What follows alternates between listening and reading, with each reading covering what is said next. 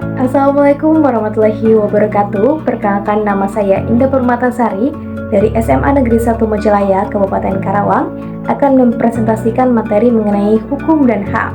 Yang pertama yaitu perspektif hukum tertulis dan tidak tertulis. Hukum tertulis yaitu hukum yang dibuat dan diresmikan oleh lembaga legislatif serta tertuang dalam bentuk undang-undang, peraturan, dan keputusan. Contohnya seperti Undang-Undang Dasar 1945, Kitab Undang-Undang Hukum Pidana atau KUHP. Lalu untuk hukum tidak tertulis yaitu hukum yang hidup dan berkembang dalam masyarakat berdasarkan adat, istiadat, kebiasaan, dan norma sosial yang tidak tertulis. Contohnya seperti hukum adat, norma sopan santun. Lalu mengapa penting dan adanya hukum, yaitu sebagai hukum tertulis memberikan kepastian hukum dan standar yang jelas dalam pelaksanaan hukum. Lalu hukum tidak tertulis menjaga dan melestarikan nilai-nilai budaya serta kebiasaan yang berlaku dalam masyarakat. Lalu sebab yang kedua yaitu pengertian dan fungsi hukum. Pengertian menurut para ahli yaitu Hans Kelsen, hukum adalah sistem norma yang bersifat hierarkis. Lalu menurut John Austin, hukum adalah perintah dari penguasa yang tertinggi dalam suatu negara. Lalu menurut Sajipto Roharjo, hukum adalah serangkaian prinsip dan aturan yang mengatur kehidupan masyarakat. Lalu, apa pentingnya fungsi hukum? Yaitu sebagai pengaturan, menjaga ketertiban dan keteraturan dalam masyarakat. Yang kedua sebagai penyelesaian sengketa, yaitu menyediakan mekanisme untuk menyelesaikan konflik dan sengketa.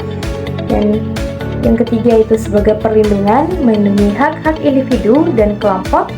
Yang keempat yaitu pembinaan, yaitu mendorong masyarakat untuk bertindak sesuai dengan norma dan etika yang berlaku. Lalu contoh penerapannya yaitu penegakan aturan lalu lintas untuk menjaga ketertiban jalan raya. Yang kedua yaitu penyelesaian sengketa tanah melalui pengadilan. Lalu untuk sebab yang ketiga yaitu pengertian dan fungsi HAM.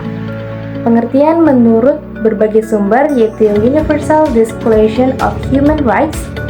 Hak asasi manusia adalah hak-hak yang melekat pada semua manusia sejak lahir tanpa memandang ras, warna kulit, jenis kelamin, bahasa, agama, atau status lainnya. Lalu, apa saja jenis-jenis HAM? Yang pertama yaitu ada hak sipil dan politik, hak untuk hidup, kebebasan berpendapat, dan hak memilih. Lalu adalah hak ekonomi, sosial, dan budaya, yaitu hak atas pekerjaan, pendidikan, dan standar hidup yang layak. Lalu yang terakhir adalah hak kolektif, yaitu hak atas pembangunan, hak lingkungan hidup yang bersih. Lalu, contoh pelanggaran HAM adalah pelanggaran HAM berat seperti pembantaian Trisakti dan Semanggi di Indonesia. Lalu untuk subbab materi selanjutnya yaitu penerapan hukum dan HAM. Prinsip-prinsip penegakan hukum yaitu keadilan, setiap individu mendapatkan perlakuan yang adil tanpa diskriminasi. Lalu adalah transparansi, yaitu proses penegakan hukum dilakukan secara terbuka dan dapat diawasi oleh publik.